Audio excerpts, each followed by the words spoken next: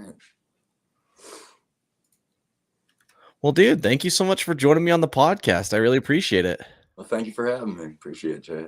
Absolutely. So, I always like to start out with just quick introduction. Tell us who you Okay. are and something unique about you that people may not know. Well, all right. My name is Ross Flora. I'm based out of Nashville, Tennessee here. Like I say, been out here for about 10 years. I'm from Roanoke, Virginia, just south of there. So Awesome, born man. and raised. And yeah, so just kind of been playing guitar and singing since I could.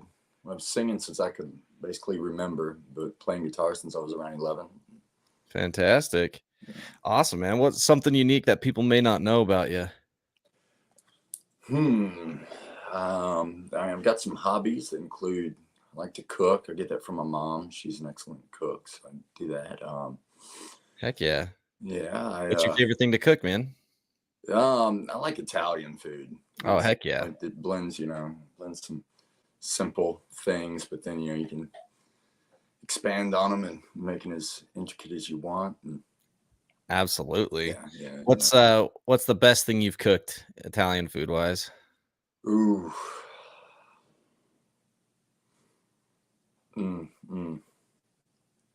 That's a loaded question. But yeah, I guess just basically like a linguine with a kind of buttery, lemony kind of, Heck yeah, man. sauce with it, and just add, some roasted tomatoes on that. And Oh, sounds delicious. yeah, that's kind of why I like it. It's like getting all the fundamentals right. It's just Absolutely. like that's kind of, Yeah, I feel like Italian is like one of those really interesting styles of food because it's like the simplest of cooks can make a simple Italian meal. But the best of cooks, like that's their most challenging meals are those Italian meals. So yeah, it's kind of like this really exactly. weird dynamic, Yeah.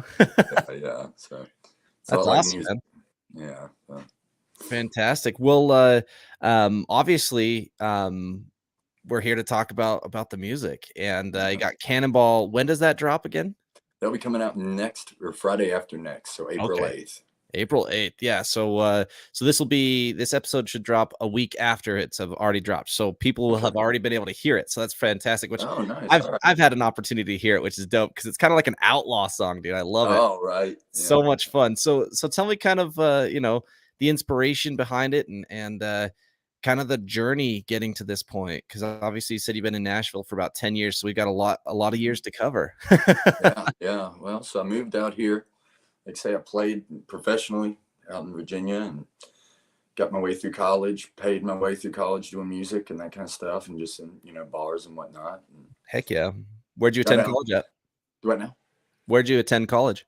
Mary Baldwin. So Oh, I did like the community college route at Virginia Western Roanoke. Then I went did on Mary Baldwin the online. So it's a pretty heck yeah, small man. school in Stanton, Virginia, and I was only up there about 3 times. Everything was basically online, but got an Heck yeah, English man. major, and and that was kind of the deal with my family was like get through college and then you can do what then you can head out to Nashville and Yeah, they're like, hey, we want to support your dreams, but we want to make sure you have a fallback, basically. absolutely, Okay. So, Makes sense. But you were able to pay your way through school with music, though. yeah, I was That's extremely huge. lucky to do that. So yeah. That's awesome. How are you doing that? Was it like your own music? Were you doing cover gigs? Were you stepping in for bands? What were you doing to pay the bills? It was all mostly cover bands and doing cover solo stuff and some duo things, just anything and everything any gig I could book. I played lead guitar and sang harmony for bands and sang lead for bands and played acoustic and did, That's fantastic. tried That's to a max. lot of work, man. That is Yeah. like the hustle that's involved in making money as a musician. Mm, It blows my mind. yeah. It's definitely a great, self-employment job.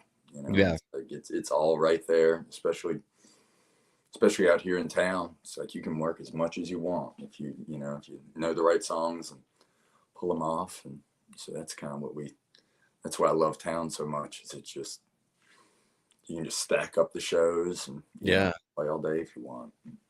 Do you do that still, like in Nashville, like you were back in the day in Roanoke? Oh yeah, oh yeah. Okay, So I started out here. I moved out here as a got my first gig as a lead guitar player, and cool. singing backups for a couple bands in town, mainly a band called Smoking Guns. Then I played with them for a couple years, and then jumped up to artist named Johnny T, and he got to play with him for a year or two, and then from there on out, and then started doing. I kind of realized I put about 5 years of doing the lead player thing in, solely doing the lead player thing. I was like, Yeah, I'd really like to be my own boss again and kind of sing, and book the gigs and get that going. So, and then I and just recently started writing again. I wrote when I first moved to town a lot and was in with some pretty cool circles of artists and got to cut my teeth doing that. But then jumped back into it here, last couple of years, pretty much since the shutdown was whenever I really jumped back into it and was like, you know what, this is a perfect time to look back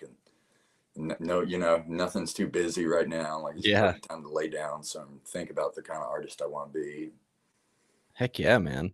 So, So what like when you first get to Nashville, um, were you living on a prayer in terms of like were you just like, hey, I'm gonna get out there and I'm just gonna figure it out as I go, bootstrap this thing and figure it out? yeah, pretty much. I had a couple Good. connections out here with some very talented folks, and yeah, ran into an old friend. That's kind of how I got that first gig. Was I was third day, fourth night in town, and I was just, I knew the deal. You had to walk around and try to sit in with bands and, get your name out there. I mean, literally starting from the very grassroots, and Yeah. so I walked in and they were like, "Oh, you're that dude from Virginia. What's your name again?" I was like, "Ross Flora." And they're like, "Yeah, well, I'm from just south of there." And they're like, "We're actually looking for a lead player right now. Our guy just went on tour with a pretty major act." And so Oh, they nice. were like, "Can you start in a week and a half?" And handed me Yeah. a song list of about 130 songs. They were like, "Here, learn these and by next week and we'll rehearse." And I was like, "Okay." So I went home and Hey. woodshedded. Yeah. So it was, But but you said you've been playing since you were 11, so mhm. did you jump into a lot of like technical training and stuff when it came to guitar, or was it just kind of like, hey, I'm gonna learn this by ear, by tabs? Like, what was the process? So I could play piano beforehand. I Okay. started playing piano when I was 7. That was kind of a deal. My dad's an awesome musician. He plays a lot of everything. He does great guitar, great bass. He was a keyboard player mainly through the 80s and stuff with some Heck big yeah. bands. But so he was, he knew the deal, and that's I highly recommend that to any musicians out there, aspiring musicians, is learn piano. That's going to help you out a ton because it basically puts all your notes on a graph, so everything Hmm. else helps make sense. So, but so I did have some music theory background with that, and then so Okay. from there, my dad taught me up until for my first few years he was just kind of, he was getting me through my Southern rock phase. I'm a big Allman Brothers fanatic, and he is Yeah. too. That's where I get that. Is Yeah, I his can hear first. that in the music. I love it. Oh yeah, nice, nice. Well, but yeah. So and then he came home from work one day, and I had the Van Halen. It was probably just a greatest hits album, but I just Yeah. found it at Walmart, on the way home from school with mom, and I was like, I've heard of this guy. I want to see what this is about, and I've heard him on the radio. I was like, I really want to dive into this. Yeah. So he came home and he instantly called the music shop in Roanoke, Kelly's Music, and he was like, all right. He was like, it's time. He was like, get him in with some lessons here now. So, and then from there, I had some amazing teachers. Freddie Lewis and Brian Holt. So they definitely got me on into the Van Halen style of things, and then like kind of the Yngwie Malmsteen and the shred, just playing way too fast shredder stuff. Yeah. Yeah. Yeah, and then so I kind of came full circle, and then I was like, yeah, you know what, unless I'm gonna go the metal route, this is kind of I need to jump back and get more into the Allman Brothers kind of soulful Yeah. playing, and that I feel like that's gonna lend itself a little more to different styles of playing. So Absolutely. that's And when you were learning, obviously you talked about a couple of the phases. You went from the Allman Brothers, the classic rock, kind of southern rock phase, to the kind of 90s metal, I guess they'd call that. Van Halen isn't really metal in my mind, but Right. that Yeah. classic rock, that true Yeah. classic rock, very guitar heavy, very Mhm. lead guitar heavy, very centered on that. What was the next phase you went into from Van Halen? So like the Van Halen, then kind of, as a 16-year-old, 17-year-old, I was just loving the Pantera and stuff like, that kind of Yeah, level stuff. And then, yeah. Dimebag Darrell, of course. And jumped in from there. I got a teacher that just came back from Berkeley, and he had taught Oh, me a okay. little bit, and he was in Roanoke, Brian Holt. And so I started working with him, and he was, yeah. So he started teaching me all the theory, and I knew a little bit about my modes and all that kind of stuff. But he got me in on, on doing some of the more, um, yeah, more like Joe Satriani, Steve Vai Yeah, stuff. the really And technical, yeah, like pretty yeah, and intense stuff. yeah. And so I've forgotten more than, yeah, Yeah. a lot of it. I just, but yeah. I mean, So those I mentors mean just a started lot, doing that, man. and Eric Johnson, that kind of stuff, and then kind of really started digging back on the Derek Trucks, and again, and Dwayne Allman, obviously, and all that. Heck yeah, man. Yeah, That's awesome. Those are always fun, those, like, various, like, phases we go through, right? 'Cause it right. all of those things end up coming out in the music we make, Yeah, right? Like, and exactly. so you said, you got your degree in English, Mhm. and, how soon after were you in Nashville from there? Oh, the day after the finals. Oh, for I you just was, yeah. out, I'm out. Yeah, because that was the plan. It was like, I mean, I had the trailer and the Suburban packed with all my Dang, gear, PA, everything. I was like, all right, I'm going, and I had it packed before, fantastic. while I was taking the finals. I was like, all right, I passed these, I know. So I'm like, I'm already gone. So I'll get the That's grades later. awesome. But yeah, so I was like, so I had my family, had the blessing to do it, and it was a huge step. Yeah, I mean, that's obviously, especially where it sounds like you have a good relationship with your family. It's got to be Mm, important to make sure that they're on board too, right? absolutely. Like ultimately, you've got to do what you've got to do, but it is really nice when they're supporting and excited for you. Uh, It is. It is. And you get into town, you meet these guys. You're like, hey, learn these 130 songs, which Mm, sounds insane to me. That's so many songs. yeah, it was. Yeah. Was it just like, "Hey, we do cover sets and we're playing 4 hours, 6 hours," like, how long? Like, 130 songs, that's quite a long Well, of songs. that's the pool of songs, So Oh, it's like, okay. all right, this is, we can usually downtown we're fitting in about 15 or 16 songs an hour. So Dang. you're thinking, I mean, give or take, yeah. So I mean, yeah, you're thinking 3.5 minute songs, and then you want to just keep them going. So you're moving through them.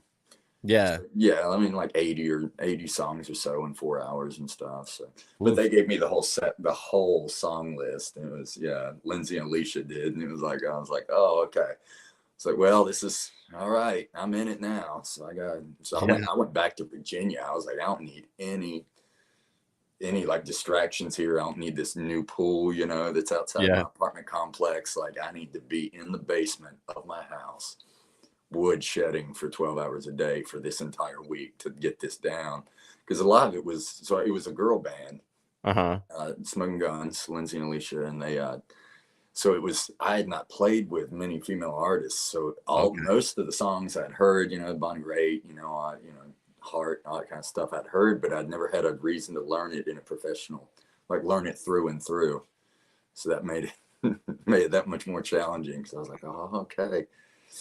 And when you're practicing these, like, I'm assuming that there's a pretty consistent, "Hey, these are the beats per minute we play at. This is," like, so that way when you kinda come and try and assimilate into the band and actually, like, join them, Mhm. you're already kind of in the same cadence, right? Yeah. Were you just kinda just like, "Hey, I've gotta just learn the structure of it, and then we'll kind of piece it together once we get together?" Yeah, I had a lot of cheat sheets just so like I knew how to write out. They were bad charts. I look back on them now. I'm like, oh, how'd I ever read these? But just Nashville number charts. Just real easy to look at and just kind of figure out your way through a song and road map it. But they were the kind of band that really didn't want you looking at charts. So I only had like one weekend of that where I could look at those, and it was like they had to be memorized. Dang. But that's a skill you develop on top of anything else. I mean, that's my friend Doug told me that week. He was, he's like, here, this is your bass player. He was like me, he was like, it's like, you ever done this? He said, you ever learned this many songs before? I was like, I haven't. I've learned, a handful at a time for a gig or something. But he was like, it's its own skill set to remember, to be able to remember the feels of the songs, even Yeah. when it's that much in that short of a time. And it certainly is. I mean, that's its own skill set. It helps in writing songs as well. It helps in, any type of learning. The more you learn, the easier learning becomes. I feel like that was something I learned in the Shakespeare class, so. Yeah. When you were jumping in and learning these songs, like, I feel like there's so many things that can go wrong. So There are, and there what was were. like the the easiest part of learning that many songs, and what was the most difficult part? Like that whole spectrum. So the hardest thing was finding something that you could latch on to make yourself remember the whole groove of the song. So it's like, Okay. I mean, I always say, once you can hear it in your head and get through that, then you're 90% there. If you've Yeah. memorized the chords, like, if the chords are there, it just having it, being able to know in a split second, like they're like, all right, yeah, play Barracuda. And it's like, well, Yeah. that's an easy one because that's an iconic riff. But I remember, I think it was, what's that song Miranda Lambert does? That's a da da da da da kerosene. And I Oh, remember just okay, having yeah. to write my only cheat notes on that were I've given up on love, love's given up on me. Because I remember the hook of the song, and I'd be like, okay, once I remember that, I'll remember how the riff goes, and then it's in D, and then it goes to that. Okay, yeah, it's in this and that. So then it just snaps. You just gotta have that one little piece that kind of helps you remember it. And Yeah. sometimes it's a certain little piece of chart, and sometimes it's just the hook or the first couple words of the song written out, so that you can instantly be like, "Getting up on love, yeah," and then 1, 2, 3, and jump right in. And so that's it. Dang. That's I mean, like I said, that's intense, man. Because Yeah. you're having to remember you're not just having to remember that hook, you're having to remember that hook for each of the songs, and you're Mm-hmm. having to like, you've gotta have, like, this obviously, like your friend said, it's a skill in and Mm-hmm. of itself. Just like that's genuinely probably one of the most impressive skills that I've ever heard of. Like, because I there's a few things I've heard of, like, studio musicians. They're like, hey, come up with a guitar part that goes along with this, or like you're in your position, hey, live performance. I need you to have all these songs ready to go, memorized, and set list and stuff changes, so you just need to know them all regardless and just be ready. Like, Mm-hmm. those are such unique skill sets. Mm-hmm. Like, when you were like going through all of this and figuring all these things out, was that part of that learning it on the fly, or did you already have, like, because you said you've only learned a few songs at a time prior to this, like, Yeah. what prepared you for it? How did you actually So figure it out?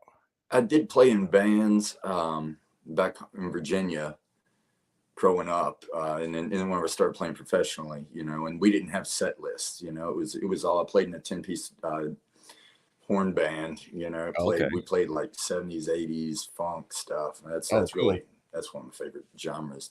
Side note, but they so we'd all go depending on the crowd, and so we had a band leader. He always knew where, he was decades of experience doing it. He'd be like, all right, I see, all right, we need to hit this song now. He is so we I was lucky that I was used to the band leaders calling audibles, so Yeah. no determined set list, just a song pool. And then so you had to be able to hit them all on the fly. So that was kind of nice. And so that was kind of all the bands I played in back home were a lot like that. And you had to have quick changeovers. You had to be right on it, so that really helped me out, instead of just having like a predetermined list where you're thinking, where the next song before you're done with this one, and Yeah. or the one you're on. And so that And was you a were just big, yeah, you were just ready to go. Like, that's intense.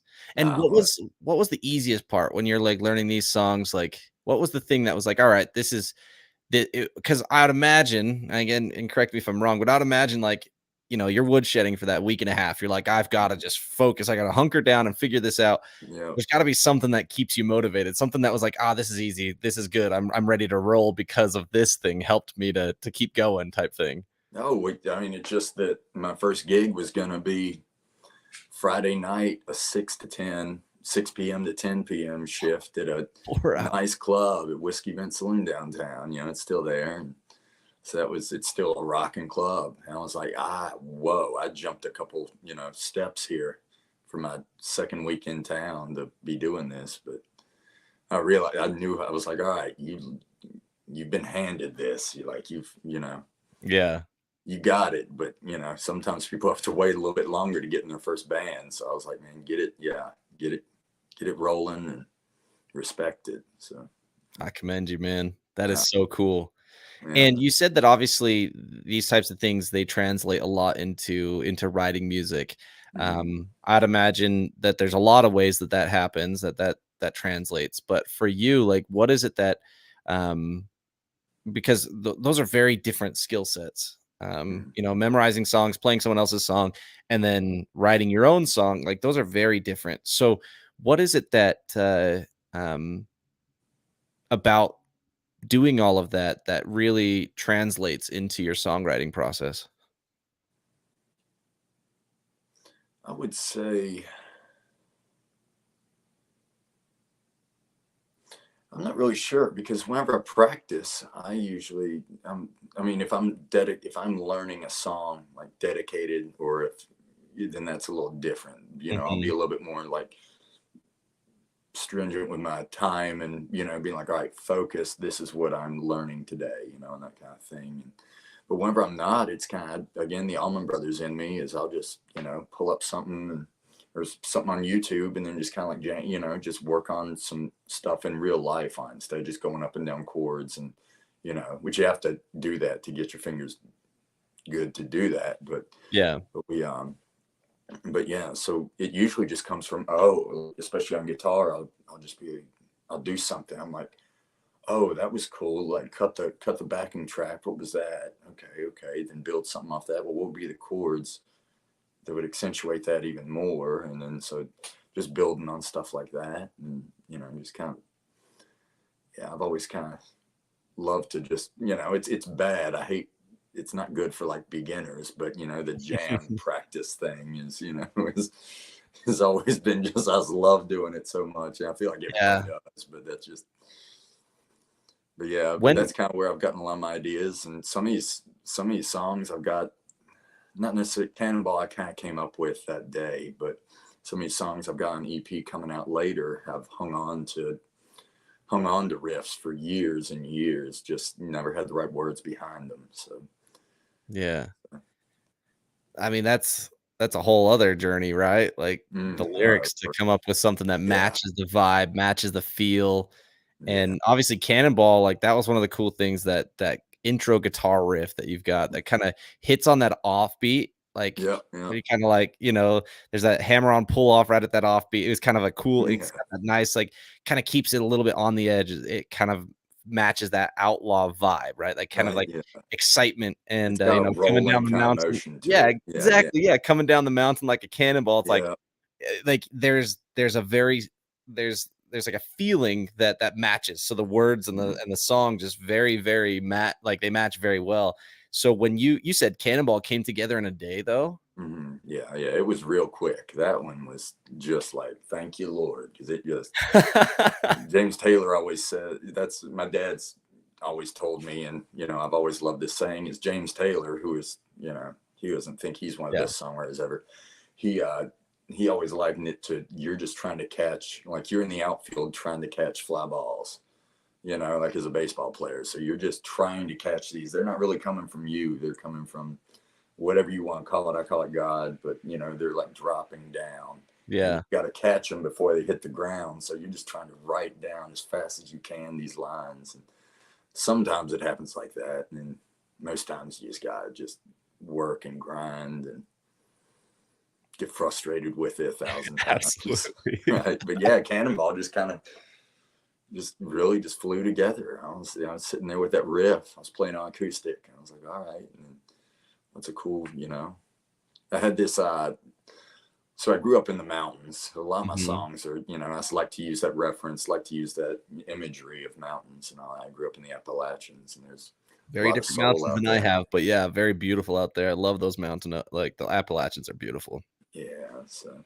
So Bass had this image of, we had these crazy, still do back home, but just wild neighbors. They're just insane when it comes to anything with a motor in it. They're no fear whatsoever.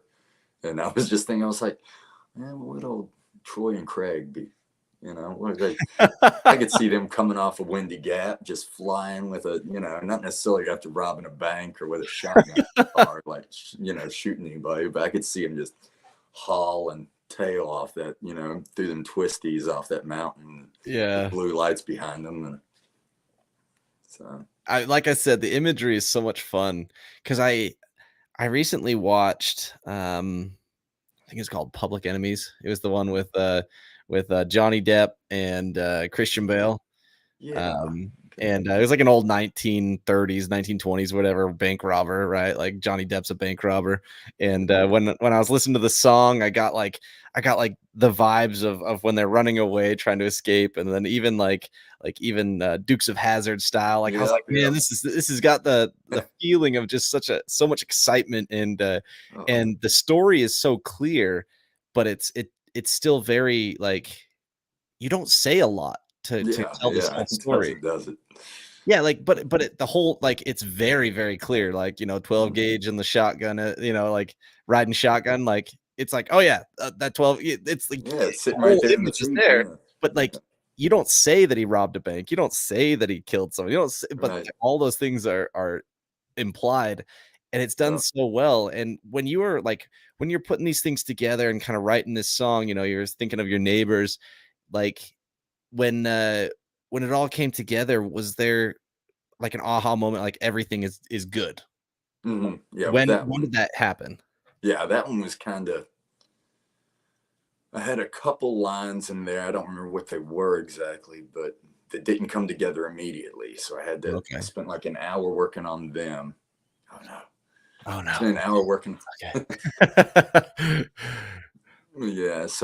But once they came together after, a couple times just looking through a rhyming app and trying to figure out, okay, like what would work here? Or, oh, I'm happy with, oh, that's a good line. That's a good line. Let's say that. And then once I got through it and reread it, played through it a couple times, I was like, I think that's good to go. Yeah. Like, all right. And that's tough Yeah. for me because I hate it's taken me so long to even release music. This is the first music I've ever released in my career, and it's Well, yeah, but that was the thing. I was looking around and I all I could find of you was a feature on another person's song, mhm. and, beautiful song. What song was it? It was, Was it Cash Poison and Crawford? Wine? Which one? Poison and Wine? Yeah, yeah, okay, yeah. Beautiful song. That girl, she's got a fantastic voice, Hmm. and that harmony you guys do in the chorus is Oh, phenomenal. thank you. But I was like, I mean, is this his debut? This is dope. Like, this Yeah, is a pretty big debut, and, yeah, obviously, you've got a huge history in music, so yeah. it's even more exciting to see this coming out, and, like, there's so much, and you said, obviously, you've got a full EP dropping soon, right? Yeah, When Oh, go on. we're shooting for about 6 songs on it, and then it'll be out hopefully in the middle of June. Oh, Shooting beautiful. for kind of right after CMA Fest here in town. It'll have some more. It'll have some same rocking ones on it. Maybe you'll have like one slow one, and then some slightly more kind of country stuff, but still got that grit to it. Yeah. Well, So I was like, man, if any of them are like Cannonball, it's gonna be like a summer vibe. It's gonna be a perfect summer album, you know? right, yeah, yeah. So, And I want to jump back real quick because you said that you had started writing songs when you first got to Nashville. You were part of a group. They were kind of mhm. like supporting, and you guys were all working together, writing music. Um, I'd imagine it's almost impossible to write music when you're playing as much as you have. It's When did you start? Like you said during the pandemic, you pick it up again, But when did you realize I'm actually gonna like release my own music now? I'm gonna do this and not just like I'll still do the other stuff, yeah, but like I'm actually gonna start pursuing this for myself. Like Mhm. when did that click and when did that happen? So I had a song or two before Cannonball that will be on the EP, but then whenever Cannonball in the I mean, I wrote Cannonball just last fall, so that was kind of. But I'd started writing a little more, and I really started building a little home studio over the shutdown. I've had studios. I've had like Pro Tools LE rigs for a long time. I started with Pro Tools 6 LE 6.4 whenever I was 13. My dad got it for himself and me to Awesome. play around with, and with the old limb boxes that stood up on the table. And so I always had, but it was just 2-track stuff. It Yeah. wasn't, it was what I didn't need anything more than that at that Yeah, point. But vocals and guitar, baby. We're good. exactly, yeah. I mean, you can layer stuff. It was just me and my dad recording at most. So it was like, we don't need 2 tracks, but so I finally got a nice, a decent little interface and started recording at my friend's house who had 2 spare bedrooms. There wasn't really,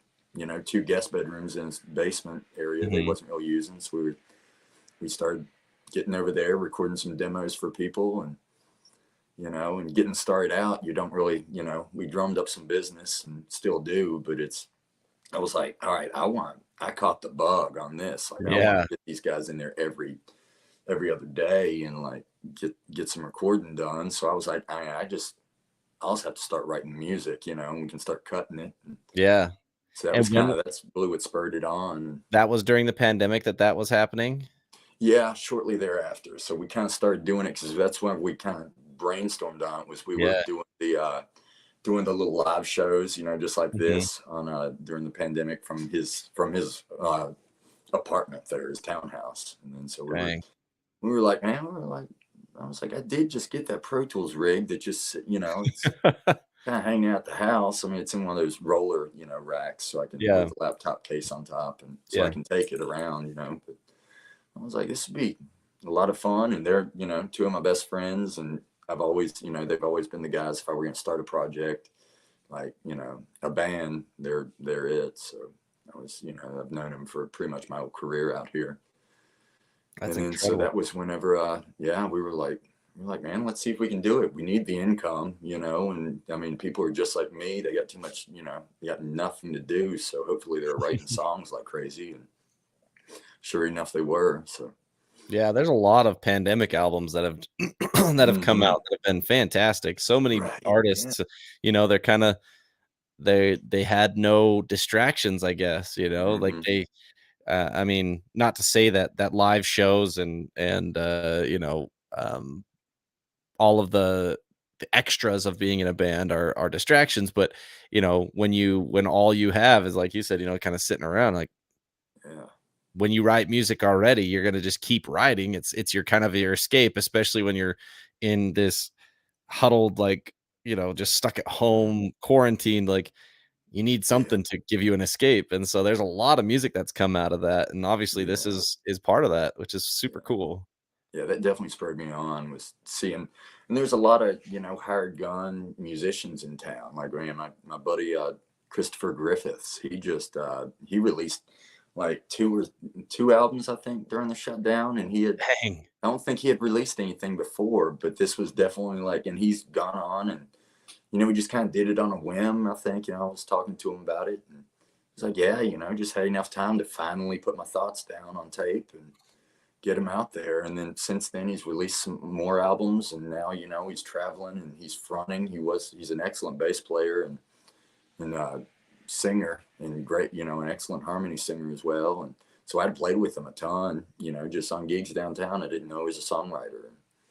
Yeah. Yeah, so I mean, that's where it's really cool is when those diamonds come out of there, right? Like the hmm diamonds in the rough where you're like, wait, I didn't have any clue. It's just kind of hidden. Like no one had any idea until he's like, all right, I got 4 albums worth of content that I'm releasing yeah, here. Like that's a lot of thinking going on the paper.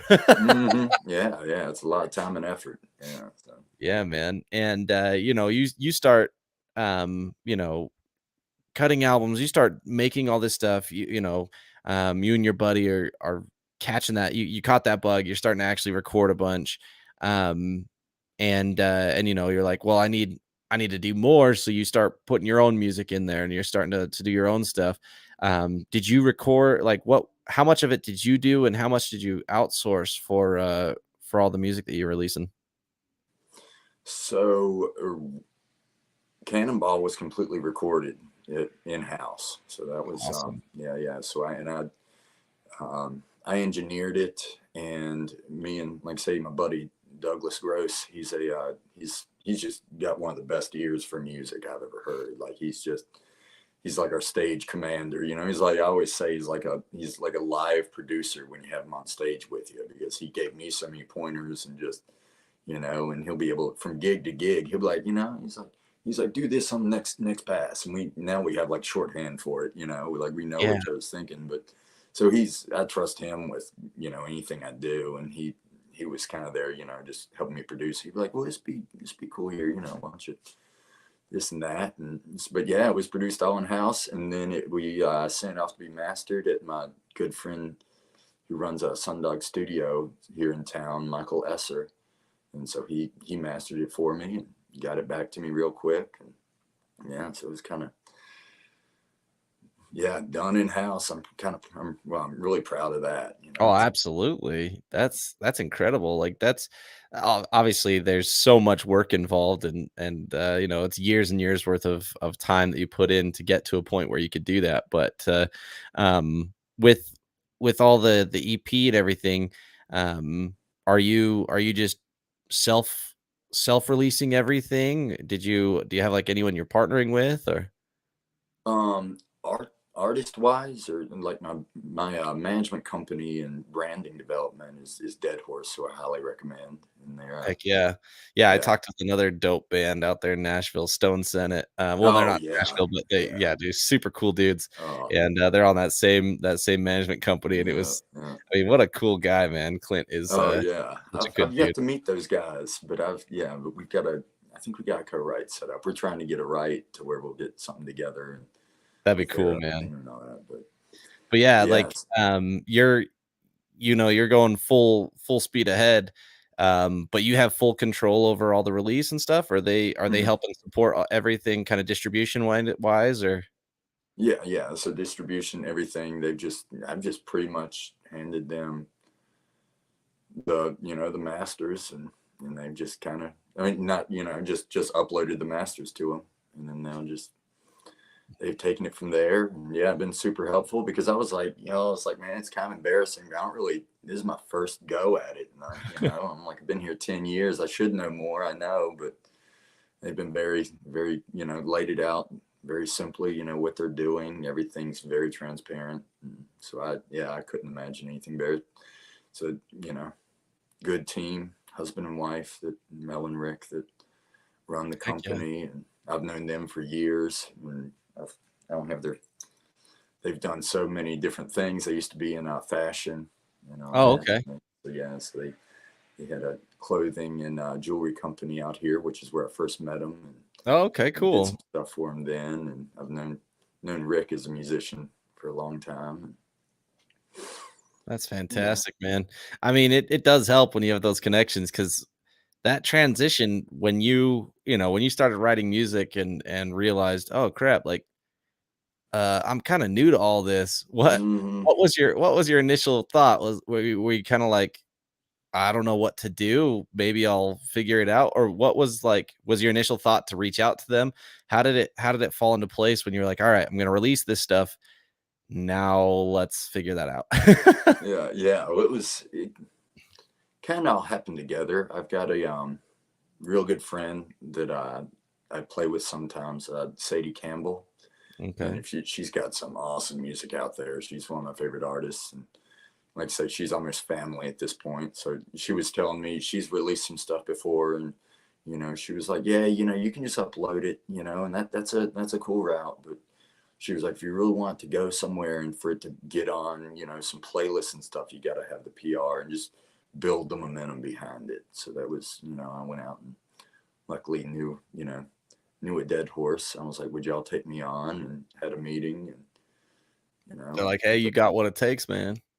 Yeah, yeah. So yeah, that's That's what I thought. awesome. Yeah, yeah, that's yeah. So, and then my good friend who I play with regularly here in town is Cash Crawford. She's also on Dead Horse, so she'll Okay. be releasing something here in a little little while. So she's Heck doing a yeah. lot of co-writes right now, but they're going to be releasing some of her stuff. And so we just kind of had a joint meeting together. You know, I was like, well, you know, I've got a song or two. You know, I think what would y'all want to do? And they were like, let's release a single. You know, get you out there. Lo and behold, you know, It's taking some yeah, traction, getting rolling, dude. That's yeah, I exciting. definitely couldn't have done that on my own. I know that for sure. Yeah, dude. Well, I'm stoked that you partner with them because they reached out to me. I was able to get this all set up, which is Yeah. awesome for me. I love getting to hear new bands, new musicians, and especially with your journey, like it's a long time coming. So it's like even more exciting because of Oh yeah. how much anticipation I imagine you're feeling, like knowing that Cannonball's coming out within literally like by the time obviously this drops, it'll already be out, but Yeah. like that anticipation, I can just imagine just kind of like knots in the Oh yeah. stomach. Yeah. Yeah. And I've watched so many folks, you know, obviously got some friends that have done this, but you know, I've watched people in town do this since I moved here. And it's always been like, well, I didn't have the, you know, I didn't have the song or I didn't have the, you know, necessarily the funds behind it yet or something, you know, like to get Mhm. it rolling and everything. And just what, you know, and looking back, they're just excuses, you know, I should have found a way around it. But it honestly got to a point where I was like, okay, like I'd like to be playing this song for the rest of my career. And then I was like, okay, so it's super surreal almost to be on this side of it, where I've played with in bands and seen the artists go through this, you know, as me being a hired gun, like kind of seeing them and them talking about it in the van on the trip to a show and stuff, but talking about PR and about how they just did this podcast the other, you know, and Mhm. this and that, and you know, interviews and whatnot. So it's definitely Man, definitely kind of surreal. you mentioned something that's really kind of eye-opening to me. I don't know, it's not really new, but it's kind of like a light bulb type moment for me when you were like, I finally have a song that I want to play the rest of my career. I was like, Mhm. that's what it takes. Right, right, That's a yeah. big thing, man. That's a big thing for me. Yeah, I was. Yeah, because like, right, I mean, the last 10 years you've been playing other people's songs that have made their Mhm. career, obviously. Right. And when you finally have the song that you've written that you're so stoked about, you're so proud of, that you want to play it the rest of your career, Yeah. that is a game changer. That is a Yeah. huge, Yeah. huge game changer.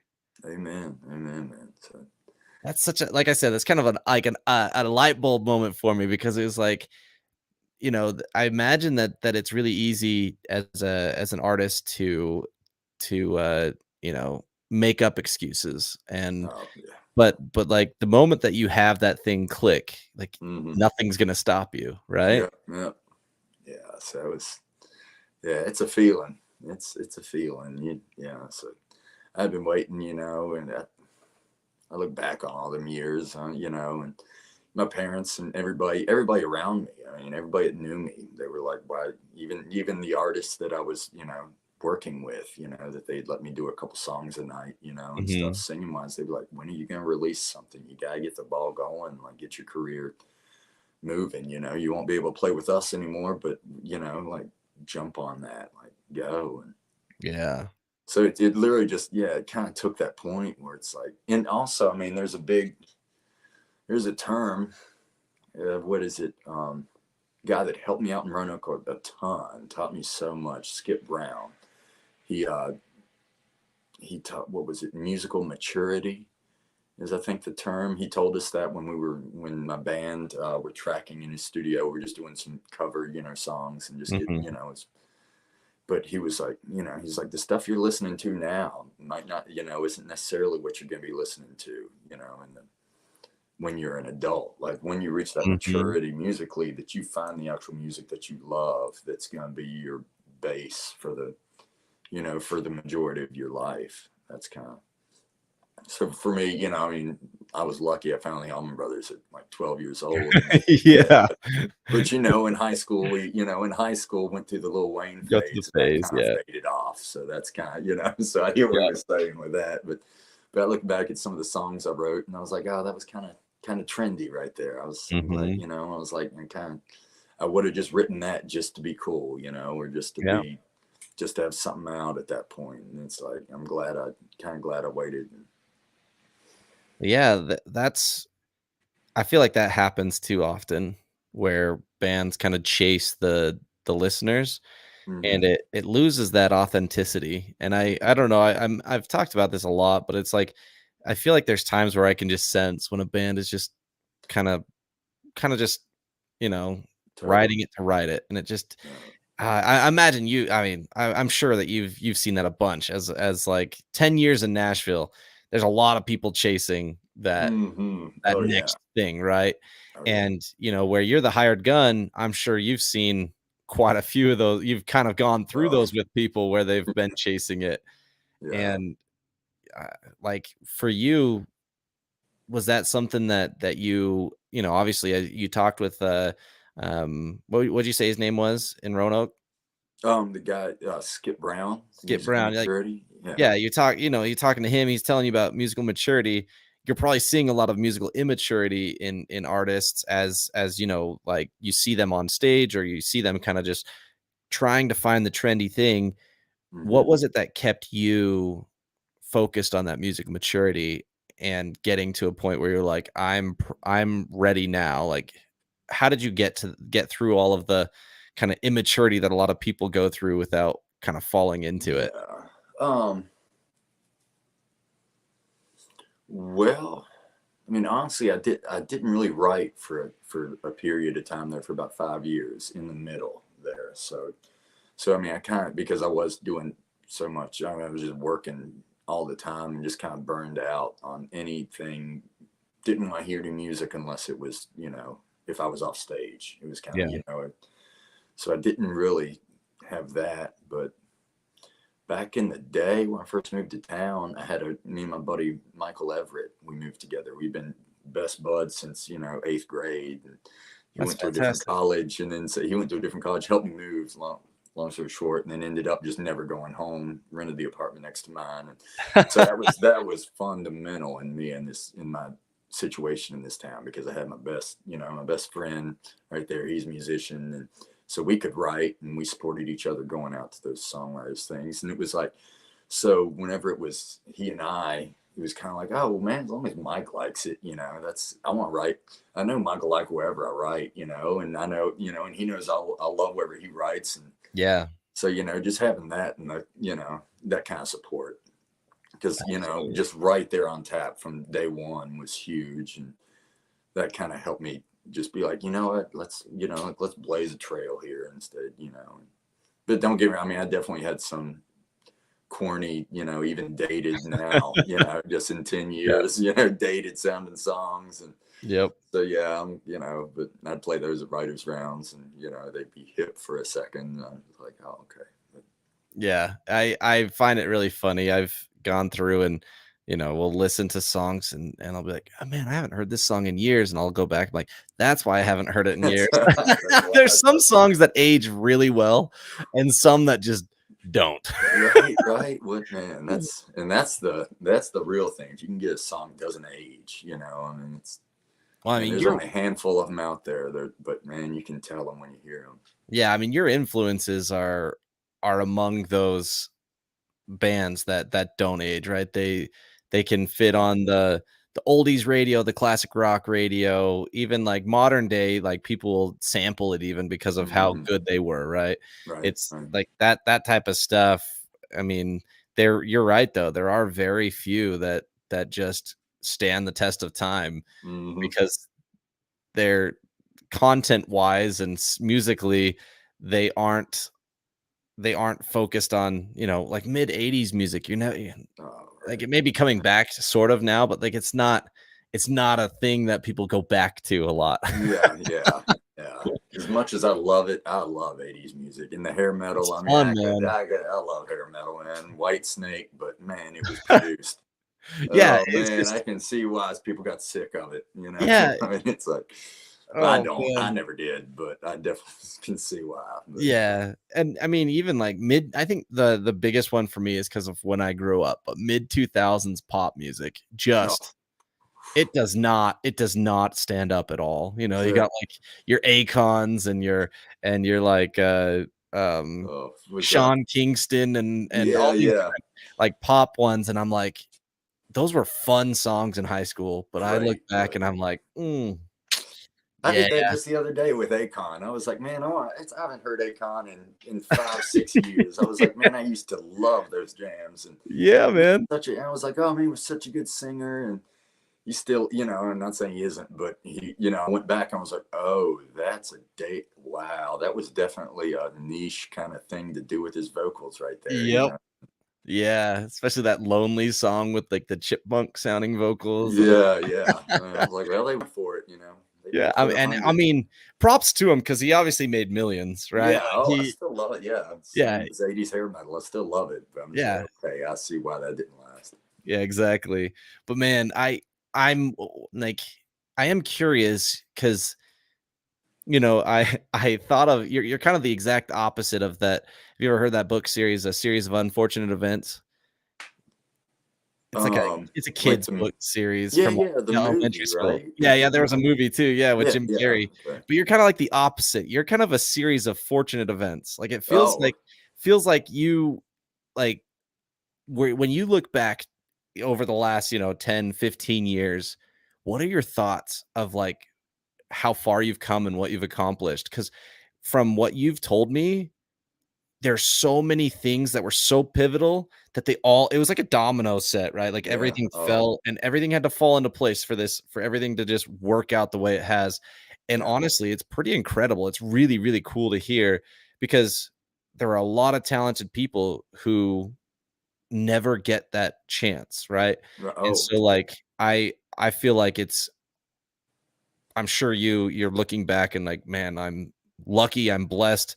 Obviously, yeah, credit to God, credit to yeah, your hard work, but there is a lot that goes into it, yeah. and a lot of things that you have no control over that have also impacted it. So when you look back over the last 10 years, what are some of your thoughts of this journey that you've been on? Well, I mean, first and foremost, you know, since early days playing and singing in church was, I mean, that was dad, Mhm. up there, just that was part of life, like dad, he quit playing music to like really start have a family. I'm the first child in our family. I got a little sister 2 years younger. So, but Awesome. he stopped playing music so that he could, get a real job and, start working at the post office and full time and, start doing that and started Shout out focusing on to having a dad, man. family. So I saw what he, inside that was always there, and so but having that, that influence was the biggest blessing, Yeah. period. And that was, so he always like he never like told me, he was like, all right, even, grunge is our least favorite music in that household. So like he's like, even if you want to play that stuff, man, he's like, I'll support you. But he's like, if that's what you want to play, dude, then you go for it. But No Pearl Jam in this house, boy. well, but yeah, like he was an '80s guy. He was in that '80s kind of hair metal, like Yeah. that big production thing. Yeah, So yeah, yeah. that yeah, yeah. So whenever it went the full 180 to grunge, he was like, well, I'm not. It's kind of, That's awesome. but yeah, so having that as an influence, and he always like just helped me avoid. He was like, man, he's like, let me tell you, he's like, I made this mistake when I was starting out. It set me back. Took me 6 months to figure out what I was doing wrong. He was like, so just he's like, if he'd hear me doing something, or even if it was like, oh man, he's like, you're gonna thank me later if you turn that gain down just a little bit, bring that distortion down a little bit, work the mids a little bit better, he's like, you thank me later. Oh, sure enough, man.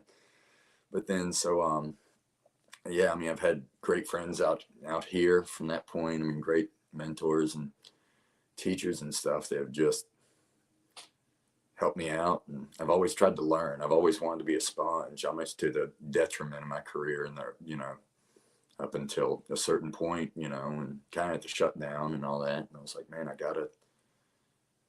I I gotta start doing something. I gotta, Mhm. I was always taking the, not necessarily the back seat, but I was like, all right, I'm here to like, right, everybody, knows more than I do. Like, I definitely, yeah, I always like being the worst guy in the band because then, like, if you're just surrounding yourself with awesomeness, then you're just gonna soak it up.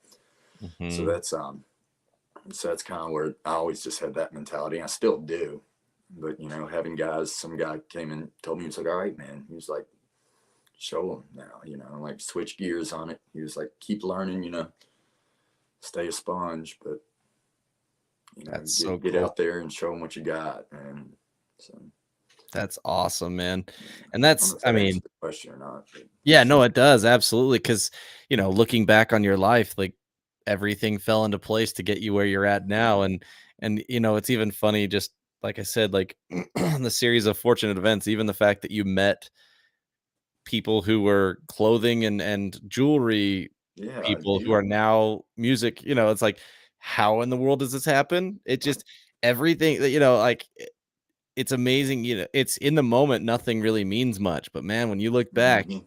how everything kind of played into you becoming Ross Flora, this artist, this musician who's releasing his debut EP in the summer. It's like all these things fell into place for this really awesome thing to happen, and it's Yeah, just incredible.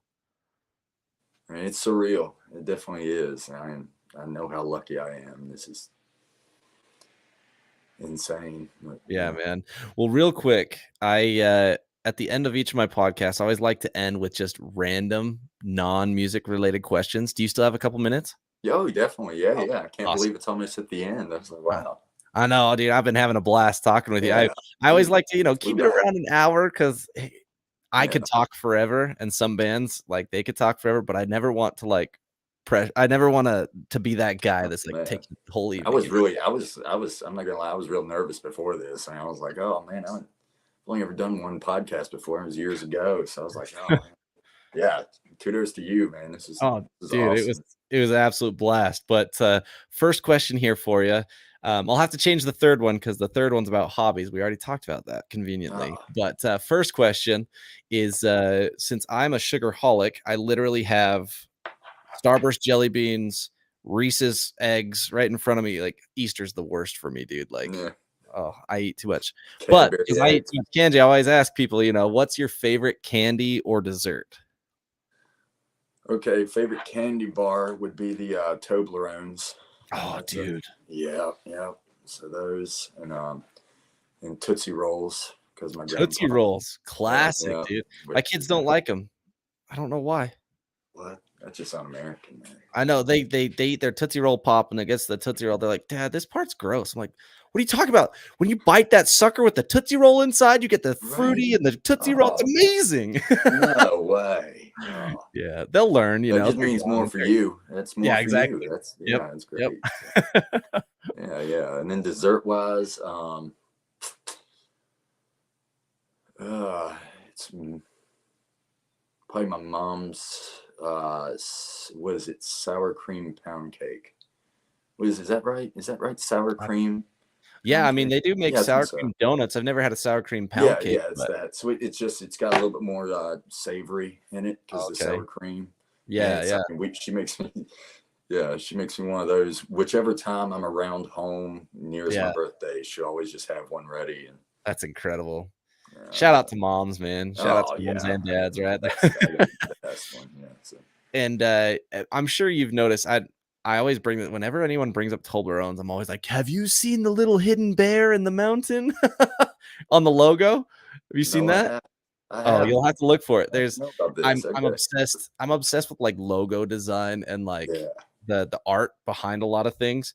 And yeah. so the Toblerone, the mountain that they use as a design, Hmm. it cuts out for snow, right? It looks like there's snow, but if you look at it, it's actually a silhouette of a bear standing there Okay, okay. inside the mountain. It's really cool. You'll once you see it, like, oh, I see it I'll now. never not see it again. Then, yeah, Yeah, I'll never. yeah. So, Every time I think of Toblerones, I'm like, that was one of the first logos that just like blew my mind because of the white space use, and I was like, this is incredible. all right. Mandela effect. Better not take that one from us. All right, man. Next one here for you. If you can't come up with your number one, I will accept your top three. But favorite movie? Okay. Okay.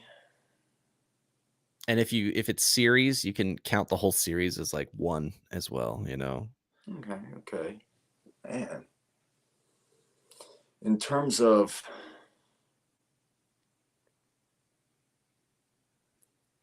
movies that I can just put, if I see they're on, I'm like, oh, we're watching this one. So Yeah. yeah, I mean, Yeah, like, your you know, favorite just ones that like you can always watch and never get sick of. yeah, yeah. So like Inception, probably. Heck yeah.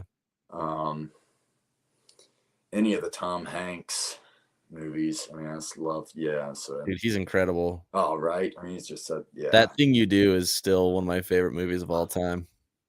And there's got to be. I mean, a music went in there, but yeah.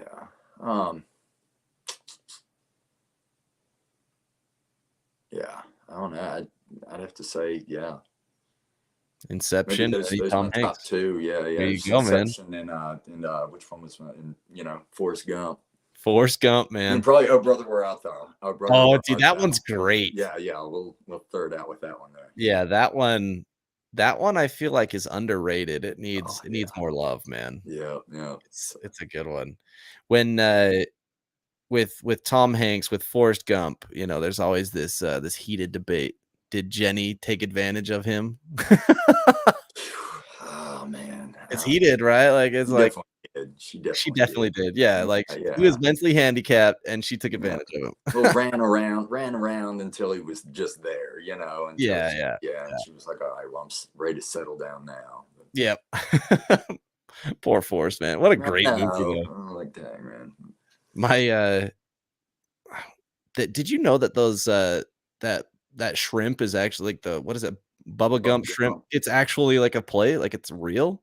Like Yeah, people I've made it? seen them. Yeah, I've Yeah. seen them around. I think they've turned into like Joe's Crab Shacks, but there was like, I Oh, guess were like they? Okay, anything, they but got bought yeah, out. yeah. Okay. I don't want to speak bad about them if they're not, but they're like a chain, and they're Yeah. kind of in like touristy areas, I think. So they're kind of Yeah, like, I'd heard of it and I was like someone was like, "Yeah, I mean, this movie's so popular. I'm gonna make a Bubba Gump yeah, shrimp rel." it's I mean, already there. there you go. Yeah, yeah. So All right, man. So last one, like I said, it's usually what your favorite hobby is, but cooking Italian food, we already found that one out, which is dope. This one is we're still kind of early on in the year, first quarter, Um, aside from your own EP, what releases are you most excited about for the year? let's see.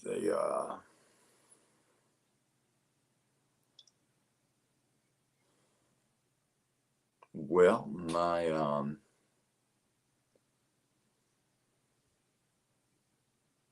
favorite bands, they're out. They're kind of, other than like the Allman Brothers and Frank's, like just, Mhm. that aren't making music anymore. Or, like Love One Republic, love like Ryan Tedder's style. I think they've got something coming out in the summer. Oh, I think do they they? pushed back. I think they pushed back their release to that. Man, And then he's obviously, I think, and then Big Wreck, I think they just released it. hey, that counts. That counts. Yeah, yeah. So they're not very Big Wreck, you said? Yeah, if you've ever heard of them, then they're I haven't. I'll have to Ian check them out. Thornley sings and plays all that guitar. Oh, Yeah, sick. look them up when we're done here. But Yeah, yeah, definitely. That's awesome, man. Yeah, dude, I always love finding new music. So, yeah, and obviously, when the EP drops, I'm not opposed to an early listen, just yeah. All right, throwing it all out right. there. Just Well, just, yeah, you know. yeah. Oh yeah, But yeah. I'll shoot it over to you. Yeah, heck yeah, man. pre-release. Honestly, I'm super excited, dude. Like I said, Cannonball was just so much fun. The vibes, the story, just like the imagery that it was just so well done. So I'm really excited to see where things go for you. And congratulations, man. This is a long time Thank you. coming. So this is huge. I appreciate it, man. Yeah, this is looking forward to it. Yeah. Absolutely. Well, let's talk again, as you got more music coming out. We'll make it happen again. Absolutely. All right, Chad. Yeah, All man. right, man. Have a great evening. All right, you too, bud. All right. Bye-bye. See you.